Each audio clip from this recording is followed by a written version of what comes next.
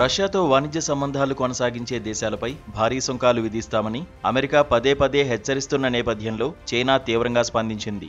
ఐక్యరాజ్యసమితిలో Beijing deputy శాశ్వత ప్రతినిధి Geng Shuang America ఆరోపణలను తోసిపుచ్చారు. రష్యాతో అమెరికానే వాణిజ్య సంబంధాలు కొనసాగిస్తోందని, ఇతర దేశాలను ఆంక్షలతో బెదిరించడం ద్వంద్వ వైఖరికి నిదర్శనమని విమర్శించారు. ఐరాస భద్రతా మండలిలో ఉక్రెయిన్కు ఆయుధ సరఫరా అంశంపై జరిగిన చర్చ సందర్భంగా ఆయన ఈ వ్యాఖ్యలు చేశారు. చైనా రష్యాకు ఎలాంటి ఆయుధాలను సరఫరా చేయలేదని గెంగ్ షువాంగ్ స్పష్టం చేశారు. తాము రష్యాతో పాటు ఉక్రెయిన్తో కూడా సాధారణ వాణిజ్య సంబంధాలు కొనసాగిస్తున్నామని, ఇవి అంతర్జాతీయ చట్టాలకు అనుగుణంగా ఉన్నాయని స్పష్టం చేశారు. దీనిలో ఎలాంటి ఉల్లంఘనలు జరగలేదని ఆయన పేర్కొన్నారు. అమెరికా స్వయంగా రష్యాతో వాణిజ్యం చేస్తూనే ఇతర దేశాలపై ఆంక్షలు విధించడం అన్యాయమని ఆయన విమర్శించారు.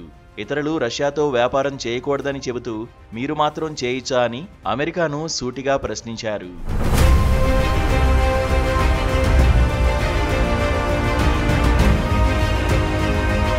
ప్రస్తుతం ఉక్రెయిన్లో సంక్షోభం కీలక దశలో ఉందని, దాని పరిష్కారానికి ఇది సరైన సమయమని ఆయన అభిప్రాయపడ్డారు. ఈ సందర్భంగా ఇతరులపై నిందలు వేసి బలిపశువులను చేయడం మాని కాల్పుల విరమణ, కీవ్లో శాంతి నెలకొల్పడం అనే అంశంపై దృష్టి పెట్టాలని సూచించారు. మాస్కోతో వాణిజ్య సంబంధాలు కొనసాగించడాన్ని అమెరికా తీవ్రంగా తప్పుబడుతుంది. దీని కారణంగా ఉక్రెయిన్తో యుద్ధం సాగించేందుకు రష్యాకు ఉపయోగపడుతుందని అభిప్రాయపడుతోంది. ఆ దేశం నుంచి ఇంధనం కొనుగోలు చేసే భారత్, చైనాలతో సహా ఇతర దేశాలపై పెద్ద ఎత్తున సుంకాలు విధిస్తానని పలుమార్లు హెచ్చరించింది. ఈ క్రమంలో భారత్పై 25% సుంకంతో పాటు జరిమానాలు కూడా విధించింది.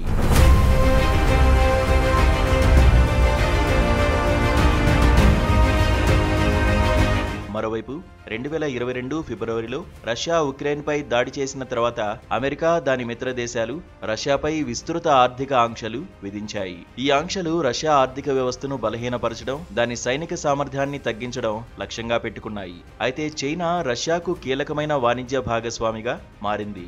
ముఖ్యంగా ఇంధన రంగంలో 2023లో చైనా రష్యా నుండి 107 మిలియన్ టన్నుల క్రూడ్ ఆయిల్ ను దిగుమతి చేసింది. ఇది 2022తో పోలిస్తే 24% పెరుగుదలను సూచిస్తుంది. 23లో చైనా రష్యా ద్వైపాక్షిక వాణిజ్యం 240 బిలియన్లకు చేరింది. ఇది 2021తో పోలిస్తే 64% పెరుగుదలను సూచిస్తుంది. చైనా రష్యా నుండి భారీ మొత్తంలో చమురు, గ్యాస్, ఇతర వనరులను దిగుమతి చేస్తోంది. అదే సమయంలో రష్యాకు కార్లు, దుస్తులు, ఎలక్ట్రానిక్స్ మరియు డ్యూయల్ యూజ్ సాంకేతికతను సరఫరా చేస్తోంది. దీంతో అమెరికా ఈ వాణిజ్య సంబంధాలను తప్పుబట్టి చైనా సంస్థలపై ఆంక్షలను విధించింది.